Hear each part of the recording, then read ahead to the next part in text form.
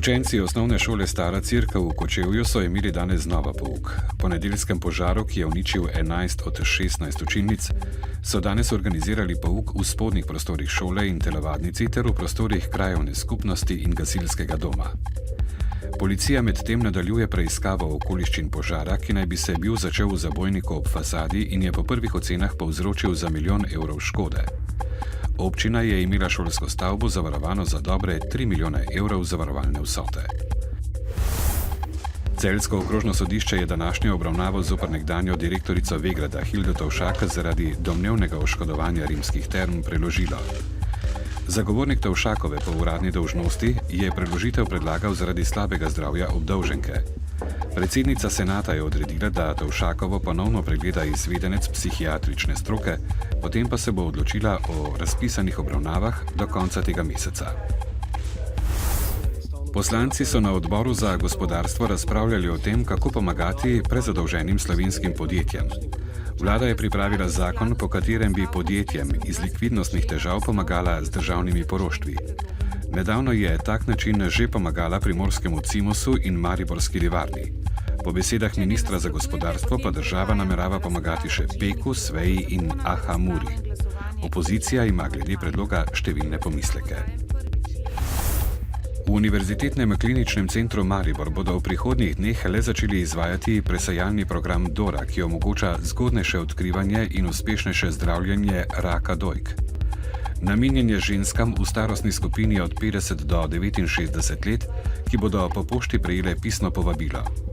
S tem bodo končno začeli uporabljati mamograf, ki so ga nabavili in zanj uredili ustrezne prostore pred 3 leti, a ga doslej zaradi težav s kadri še niso uporabljali, saj niso imeli dovolj radiologov. Težave pa so se pojavile tudi zato, ker se z ljubljanskim onkološkim inštitutom v Ljubljani, ki je nosilec programa, niso uspeli dogovoriti, kdo bo te kadre tudi plačal. Na Trgu Svobode v Mariboru so se že 4. leto zapored na delavnicah in ob nastopih otroci in mimoidoči družili z ljudmi s posebnimi potrebami.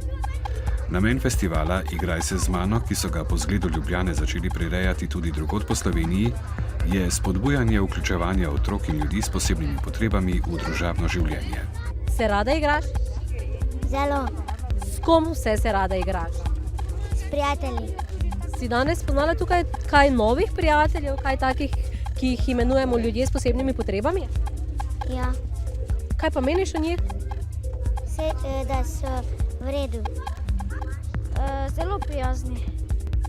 So te presenetili, koliko znajo? Ja. In kaj znajo zelo dobro, pa ti ne znaš? Znajo zelo dobro vse, kaj jaz znam. Kako je delati z otroki? Zelo fajn. Fajn ustvarjati. Te poslušajo, te kaj vprašajo za pomoč? Ja, včasih vprašajo za pomoč. Ker ti si že pravi mojster v tem lepljenju. Verjetno je. Super, super. Zelo se razumeva. Ste se danes prvič videli? Prvič. Kaj pa počneta? Kaj smo naredili? Rožico, ne? Rožice. Ja. Pa tale petelinček Pa tukaj. petelinčka tudi. Ja. Zakaj je dobro priti na tak festival? Da lahko malo pokažemo svoje sposobnosti oziroma malo naše iznajdljivosti tudi na mlajšo generacijo. S posebnimi potrebami, z manj priložnostmi, ne morejo parirati recimo pri matematiki ali pa recimo pri teh bolj strokovnih vsebinah v šoli, lahko se pa predstavijo s programi na odru, s plesom, glasbo, s tem, v čemer uživajo in tukaj smo vsi isti. Ne? Danes bo večji del dneva sončno, popoldne pa bodo še nastale posamezne nevihte. Ponekod bo pihal severni do severovzhodni veter. Jutri bo pretežno jasno, v petek in soboto bo sončno in še nekoliko topleje. Danes v dnevniku televizije Maribor. Bo izguba 3 milijone evrov vrednega posla pomenila stečaj bistriškega Granita. V letu 2012 sta varuha bolnikovih in pacientovih pravic obravnavala več kot 1000 pritožb. Mariborski nogometaši so s prvim treningom spoznali novega trenerja. Novice z Štajerske, Pomurja in Koroške ob 18.